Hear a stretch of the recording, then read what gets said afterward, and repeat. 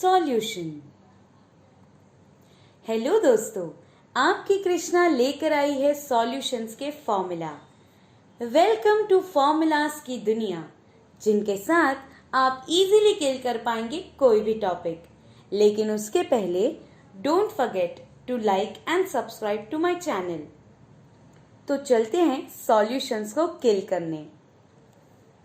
So guys, these are the basic forms that we should know before solving the problems. First one is molarity equals to moles of solute upon liters of solution. Molality equals to moles of solute upon kg of solvent. We can replace moles of solute equals to weight upon molecular mass. Mass percent equals to mass of solute upon mass of solution into 100, तो हमें percentage में मिल जाएगा। Okay, and density equals to molar mass upon volume और weight upon volume. Relationship between normality and molarity is n equals to small n into n, where my capital N is normality, small n is number of equivalents and capital M is molarity. As you can see on the screen that the structural formula of H2SO4. H2SO4 के पास दो OH ions है, ठीक है। So here my small n number of equivalents is equals to 2, ठीक है guys.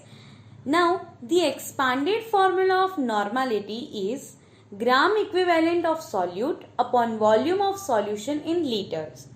Or we can say weight upon equivalent weight into 1000 upon V ml. Equivalent weight equals to molar mass upon N, where N can be our OH minus or H plus ions or oxidation states. Okay guys, अब एक चीज हमें ध्यान रखना है कि हमारा जो वॉल्यूम है वो लीटर्स में है या mls में है। If it is in ml, then we have to convert it into liter.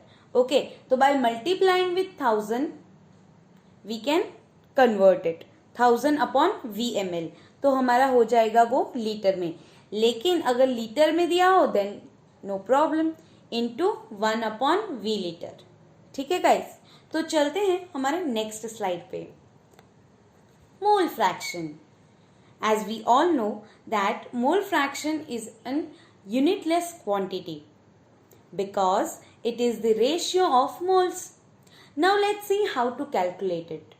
So X solute equals to moles of solute upon total moles of solution.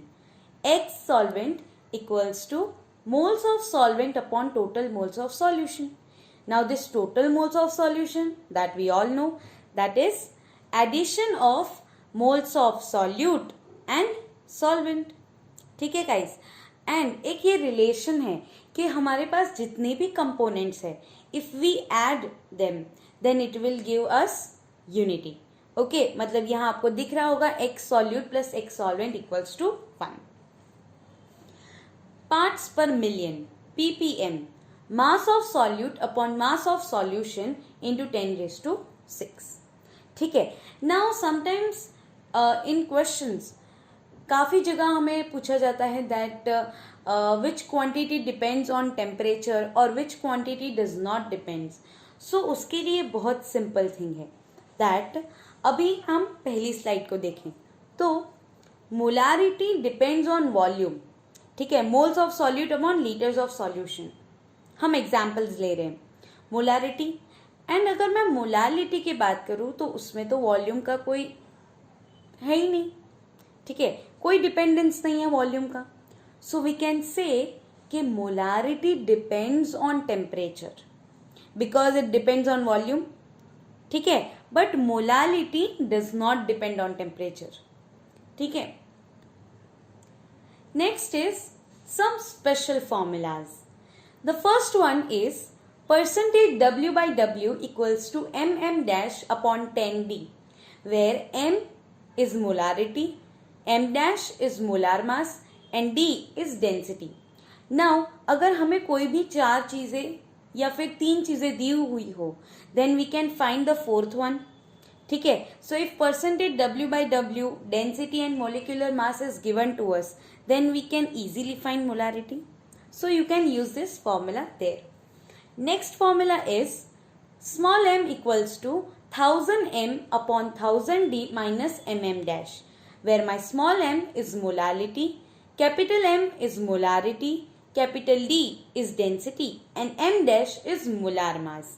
ठीक है. तो इसमें भी सेम ही थिंग है कि हमें कोई चीजें दी हुई हो, जैसे डेंसिटी दे दी, मोलारिटी दे दी and molecular mass, so we can find molality. ठीक है. Next is Henry's law equation. तो हेनरीज लॉ ये कहता है that solubility of a gas in a liquid is directly proportional to the partial pressure of the gas present above the surface of liquid or solution. तो जैसे कि आपको expression दिख ही रहा होगा, P equals to Kx, where P is partial pressure of gas, K or Kh is Henry's law constant and X is the solubility of gas. Vapor pressure of liquid solution. तो इस relation को बोलते हैं हम Raoult's law. तो vapour pressure of liquid solution ये कहता है that the partial vapour pressure of each component of the solution directly proportional है mole fraction present in the solution. मतलब PA is directly proportional to XA. So to remove this proportionality sign हम क्या करेंगे, PA equals to PA not XA. Okay.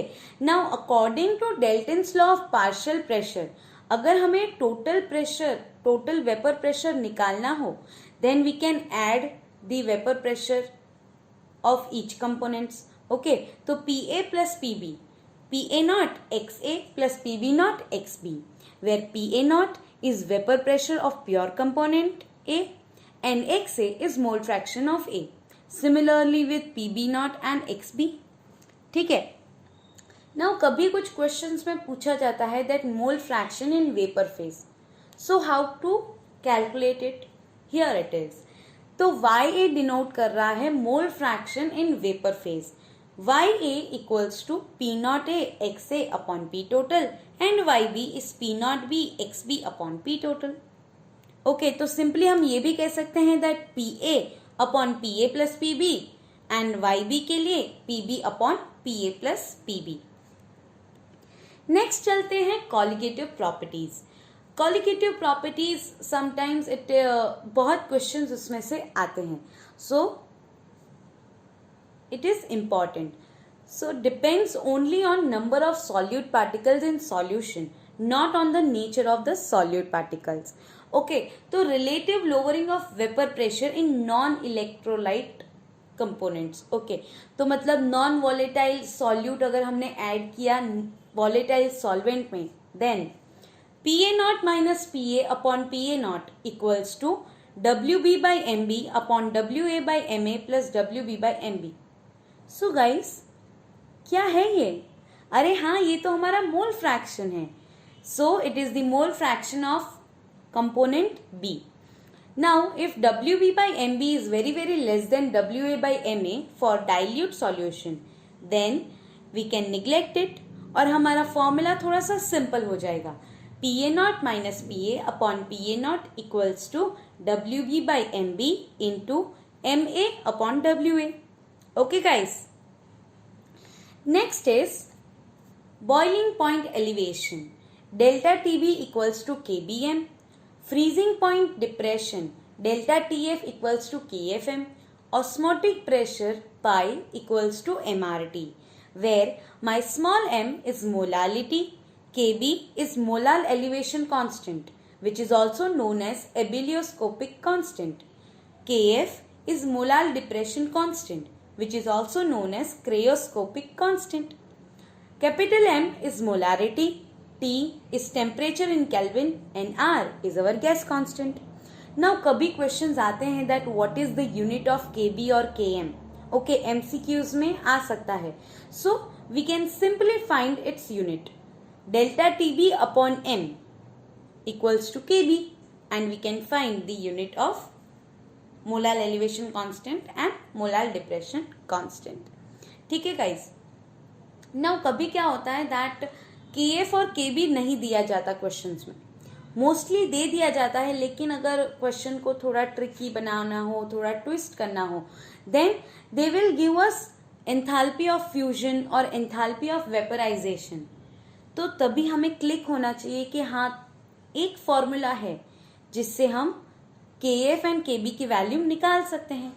So KF equals to R into M1 into TF square upon 1000 into enthalpy of fusion and KB equals to R into M1 into TB square upon 1000 into enthalpy of vaporisation. ठीक है guys, तो चलते हैं next slide पे। Van't Hoff factor I equals to normal molar mass upon abnormal molar mass और observed colligative property upon calculated colligative property और total number of moles of particles after association or dissociation upon number of moles of particles before association or association। तो आप ये देख सकते हैं। Now value of I for association my I is less than 1। जब भी मुझे दो कंपोनेंट्स को एसोसिएट करना होगा तब मेरा जो वांट ऑफ फैक्टर होगा वो लेस देन 1 होगा। Okay, now for dissociation, to dissociate my components, my I is greater than 1। No association और no dissociation मतलब वो आइडियल है। ओके, तो I इक्वल्स टू 1। मतलब हम बता सकते हैं कि नॉन एसोसिएशन और नॉन डिसोसिएशन कुछ नहीं हो रहा, देन I इक्वल्स टू 1।